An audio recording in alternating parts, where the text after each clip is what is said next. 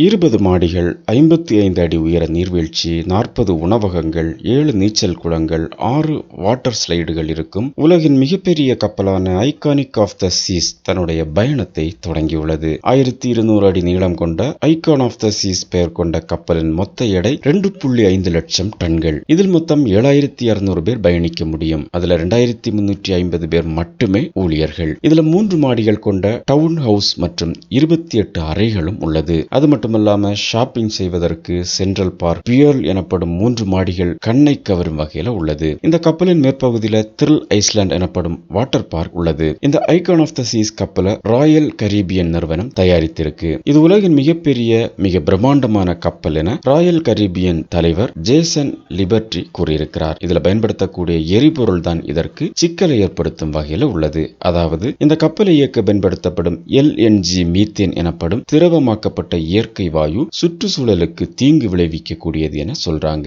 Icon of the cheese கப்பலின் முதல் பயணம் அமெரிக்காவின் மியாமி நகரில் தொடங்கியிருக்கு. மிதக்கும் சொர்க்கம் என அழைக்கப்படும் இந்த கப்பலின் மதிப்பு $2 பில்லியன் என கூறப்படுது. இந்த கப்பல்ல பயணிக்க 2026 ஆண்டு வரைக்கும் முன்பதிவும் செய்யப்பட்டிருக்கு. 7 நாட்கள் பயணத்திற்கு $1800 முதல் $2200 வரை கட்டணமா வசூலிக்கப்படுது. இந்திய ரூபாயில இதோட மதிப்பு 1,50,000 1,83,000 ரூபாய் வரைக்கும்.